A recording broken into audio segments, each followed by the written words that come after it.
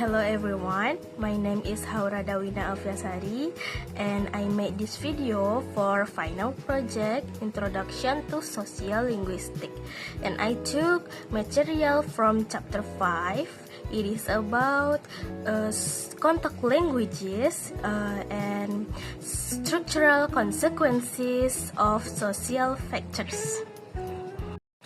First, let me explain to you about what are contact languages. Contact languages is languages or language varieties that develop when speakers or different native languages need to communicate each other on a regular basis.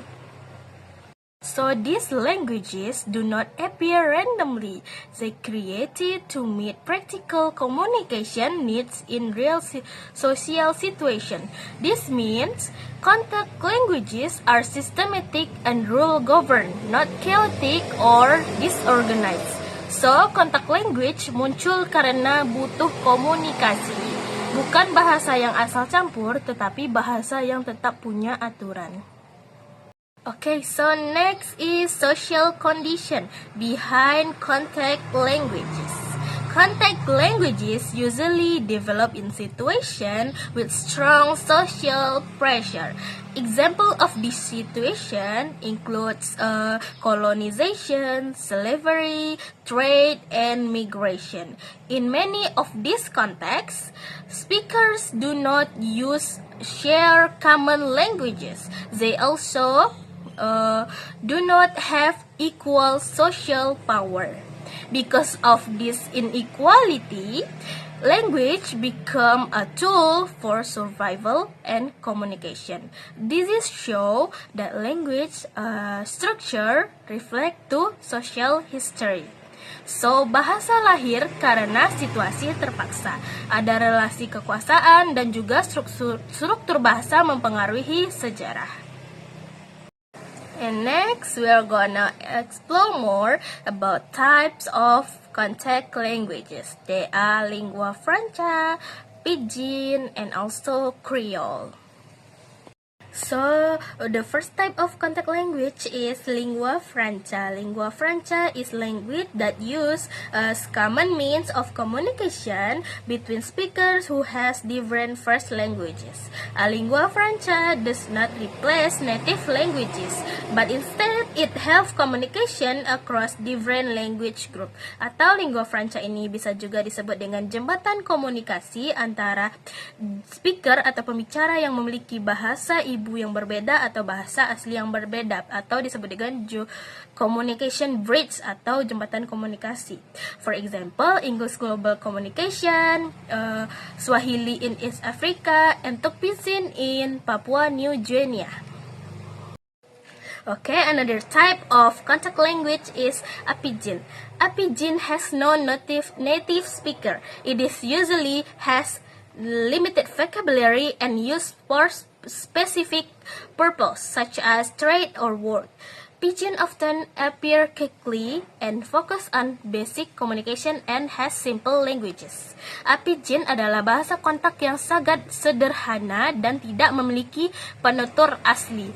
Biasanya terjadi karena perbudakan dan mereka tidak memiliki bahasa ibu yang sama. Maka mereka meminjam bahasa atau kata-kata dari bahasa yang berkuasa di negara tersebut. Ciri-cirinya yaitu tata bahasanya simple, vocabulary-nya terbatas dan tidak rumit, dan sering ditemukan di Papua Nugini. Okay, now we move to Creole. A Creole developed when a pidgin becomes the first language of a community. This often happens when children grow up using pidgin language as their native languages. Unlike pidgin, Creole has native speakers. They are used in all of the area their life, such as family, culture, and also education. Creole also have stable grammar systems. So, Creole adalah bahasa pidgin yang bertumbuh menjadi bahasa ibu atau bahasa native dari sebuah komunitas. Okay, example of Creole languages are Haitian Creole and also Jamaican Creole. Okay, now we move to Pidgin Creole and Second Language Learning or SLA. Pidgin and Creole are sometimes compared to second language learning. This is because they may look simpler than European standard languages. However, this does not mean that Creole are incomplete. Creole are full languages with their own grammar rules and system. This challenges is the idea that some languages are better or more complete than others. Okay, now we move to how Creole are formed. There are 4 theories that explaining how Creole are formed. The first is the superstrate theory, focuses on the influence of dominant languages. The second is the substrate theory, emphasizes the role of local languages. The third is the universalist theory, argues that humans have natural ability to create grammar.